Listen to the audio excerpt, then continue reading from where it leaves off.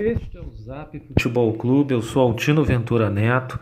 Nós vamos agora fazer um balanço da Supercopa do Brasil, né? É o jogo único, né? Vai ser realizado amanhã, no domingo, em Brasília, né? Caso tenha empate, iremos para os pênaltis, né? Entre Flamengo, campeão brasileiro de 2019, contra o Atlético Paranaense, o Furacão, campeão da Copa do Brasil de 2019. Essa é uma competição tradicional na Europa, né, que sempre enfrenta tem um jogo único entre os campeão de Copa com o campeão nacional. No Brasil, a gente chegou a ter uma versão muito tempo atrás, foi até entre Flamengo e Corinthians, né, na época que o Flamengo ganhou a Copa do Brasil e o Corinthians o Brasileiro, né. Acho que teve algumas outras pontuais, mas não é uma competição que ganhou força, né, se solidificou no Campeonato Brasileiro. A CBF tenta resgatar, né, essa tradição que existe na Europa, né? Vamos ver como é que vai ser, né? A expectativa, né? É um jogo que é marcado no início de uma temporada, né? Para abrir os trabalhos do futebol. Flamengo e Atlético Paranaense tiveram uma temporada ano passado muito desgastante, principalmente o Flamengo, que chegou a jogar até perto do Natal por conta do Mundial. Então, o retorno dessas equipes esse ano foi um retorno mais demorado. O Atlético Paranaense também não joga o campeonato local com sua equipe principal, né? E curiosamente, as duas equipes escalaram a sua equipe titular na mesma rodada, né? Desde lá, o Flamengo jogou 3 partidas, né? Contra o Resende, né? Contra o Madureira e contra o Fluminense.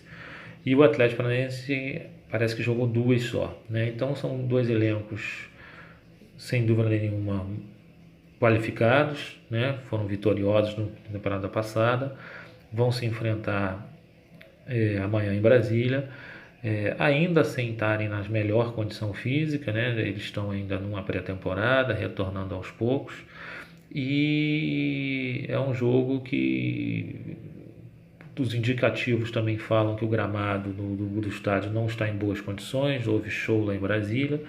Enfim, vamos ver como é que vai se desenhar. O Flamengo manteve basicamente a mesma equipe do ano passado, né, o mesmo treinador. Perdeu entre os titulares só o Pablo Mari. E o Flamengo fez uma série de aquisições para qualificar seu elenco, principalmente o banco de reservas, né? Então chegaram para o elenco o Léo Pereira, até vindo do próprio Atlético Paranaense, e o Gustavo Henrique para a zaga, o Thiago Maia como volante, o Pedro Rocha como atacante, o Michael como meia, veio do Goiás, a grande contratação, o Pedro centroavante, né? E alguns outros menos badalados, como o próprio Thiago, que veio do Náutico, uma revelação do Náutico, né? Então, basicamente, foram essas as mudanças que passaram pelo elenco do Flamengo. Saiu também o Renier vendido, né? Que foi quem permitiu, com os recursos, esses investimentos todos de qualificação no elenco. Gabigol foi mantido, né? Bruno Henrique estendeu o prazo do seu contrato, outros jogadores fizeram isso. Então, basicamente, o Flamengo mudou muito pouco, né? Já o Atlético Paranaense já teve bastante mudança, né? Para começar, uma mudança no comando, né? O Thiago Nunes já tinha saído no final do ano passado, já tinha acertado com o Corinthians, assumiu esse ano o Corinthians. E o Atlético Paranaense optou por uma opção caseira do Dorival, um técnico que tem bons trabalhos, tem uma boa experiência como treinador, mas não tem grandes conquistas, né? Vamos ver se num clube mais ou menos estruturado, sem tantas grandes pressões, como é o Furacão, se o Dorival dá resultado, enfim, e consegue desenvolver uma boa temporada em 2020.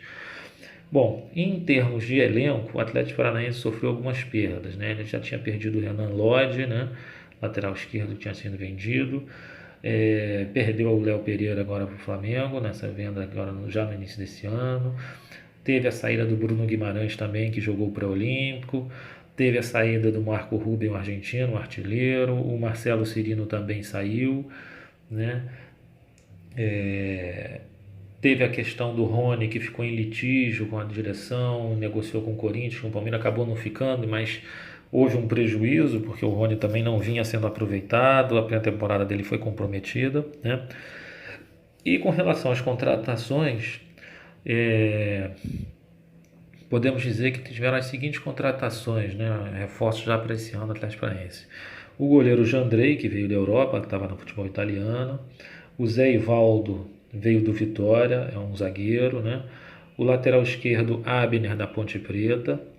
Também teve o Adriano, lateral esquerdo, que veio lá do futebol turco. O Léo Gomes, também do Vitória da Bahia, meio de campo. O Fernando Canezin, que é um médio. O Marquinhos Gabriel veio do Cruzeiro, naquele desmonte que o Cruzeiro sofreu. E o Carlos Eduardo veio do Palmeiras, né, para o Furacão. Ainda teve também o Bozelli, não é o Bozelli do Corinthians, é um outro Bozelli, é um meia que veio do Defensor do Uruguai, né?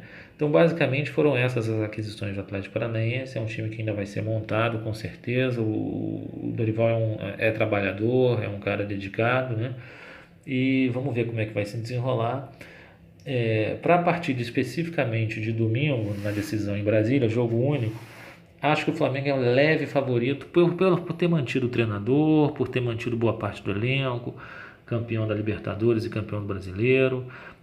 Houve até o reforço de alguns jogadores. O problema maior do Flamengo é realmente a condição física, né? A gente não sabe como é que esse time vai conseguir render num jogo que vai ser corrido e que tem uma taça em jogo, né? Enfim, basicamente eu acho que é isso, né? O empate leva aos pênaltis, né? Essas são as minhas impressões. Vamos aguardar o jogo.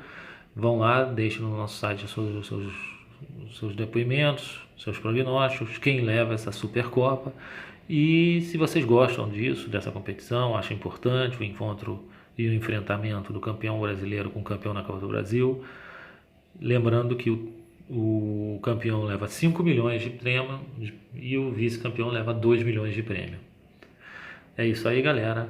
Forte abraço, até a próxima.